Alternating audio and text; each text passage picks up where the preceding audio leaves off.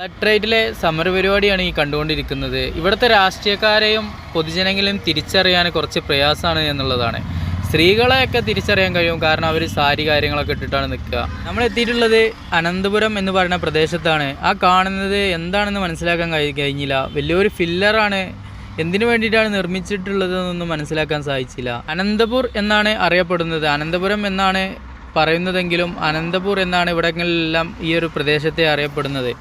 ആ ഫില്ലറിൻ്റെ സെൻറ്റർ ഭാഗത്തായിട്ട് ആളുകൾക്ക് നിൽക്കാൻ പാകത്തിന് ഒരു 2-3 റിങ്ങുകളെല്ലാം തന്നെ കാണാൻ സാധിക്കുന്നുണ്ട്.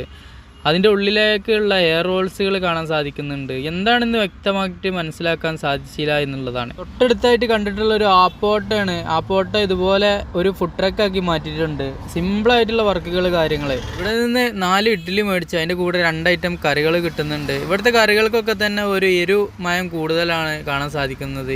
ഇഷ്ടപ്പെടുന്ന ഏരിയകളാണ് കൂടുതലും. പഴയ ഒരു വണ്ടിയാണ് ഇങ്ങനെ ചെയ്തെടുത്തിട്ടുള്ളത് എന്നാണ് ഒരു ഹൈലൈറ്റ്.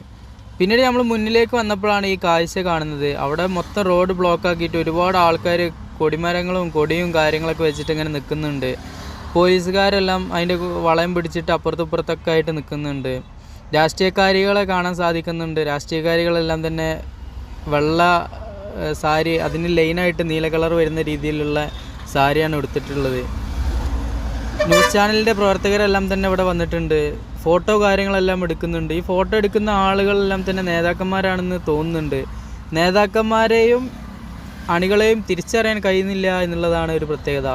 ഈ ഒരു ഓട്ടോയിൽ ഒരുപാട് കൊടികളെല്ലാം തന്നെ കൊണ്ടുവന്നിട്ടുണ്ട്. പാർട്ടി ഓട്ടോ ആണെന്ന് തോന്നുന്നുണ്ട്. പിന്നീട് ഈ ഒരു സൈഡിലേക്ക് നോക്കുമ്പോൾ പോലീസുകാരികളുടെ ഡ്രസ്സ് ഇതുപോലെയാണ്.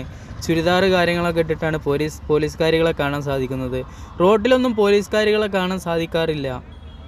പിന്നീട് ഈ കൂട്ടത്തിലേക്കെല്ലാം നോക്കുമ്പോൾ അവിടെ കളക്ട്രേറ്റിൻ്റെ ഗേറ്റിലായിട്ട് ബാരികാഡ് കാര്യങ്ങളൊക്കെ വെച്ചിട്ട് അവിടെയും പോലീസുകാരെ കാണുന്നുണ്ട്. ആരൊക്കെയോ പ്രസംഗിച്ചു കൊണ്ടിരിക്കുന്നുണ്ട്. നേതാക്കന്മാരെ ഇപ്പോഴാണ് തിരിച്ചറിയാൻ സാധിച്ചത്. നേതാക്കന്മാരുടെ കഴുത്തിൽ ഒരു പച്ച നിറത്തിലുള്ള റിബണ് ചാർത്തി കൊടുത്തിട്ടുണ്ട്. അങ്ങനെ നമ്മൾ നിൽക്കുന്നതിൻ്റെ ഓപ്പോസിറ്റ് നോക്കുമ്പോൾ ഇതുപോലത്തെ ഡ്രസ്സ് കടകൾ കാണാൻ സാധിക്കുന്നുണ്ട്. തണുപ്പ് ഓവറായിട്ടില്ലെങ്കിൽ കൂടി ഒരു കൂളിംഗ് ആയിട്ടുള്ള ഒരു പ്രദേശമാണ് ആന്ധ്രാപ്രദേശ്. ഇതുപോലെ ഇറാനി ചായയുടെ ഒരു ഷോപ്പ് കാണാൻ സാധിക്കുന്നുണ്ട്. നമുക്കൊരു ഇറാനി ചായ കുടിച്ചിട്ട് ആ കാഴ്ചകളെല്ലാം തന്നെ കാണാമെന്നുള്ള രീതിയിൽ ഞാനൊരു ചായ കുടിക്കാൻ വേണ്ടി വന്നതാണ്.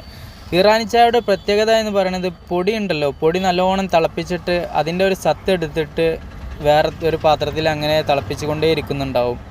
പാല് ഒരു പാത്രത്തിൽ തിളപ്പിച്ചുകൊണ്ടേ ഇരിക്കുന്നുണ്ടാവും.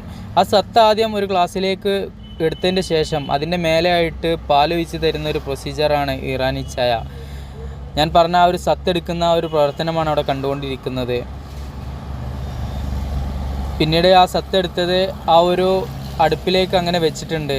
അത് വീണ്ടും തിളപ്പിച്ചുകൊണ്ടേ ഇരിക്കുന്നുണ്ടാവും. അതിൻ്റെ തൊട്ടടുത്തായിട്ട് കാണുന്നതാണ് പാലിൻ്റെ പാത്രം. പാലിൻ്റെ പാത്രത്തിലും ഒരുപാട് പാലുണ്ട്. അതും ഇങ്ങനെ തിളച്ചുകൊണ്ടേ ഇരിക്കുന്നുണ്ടാവും.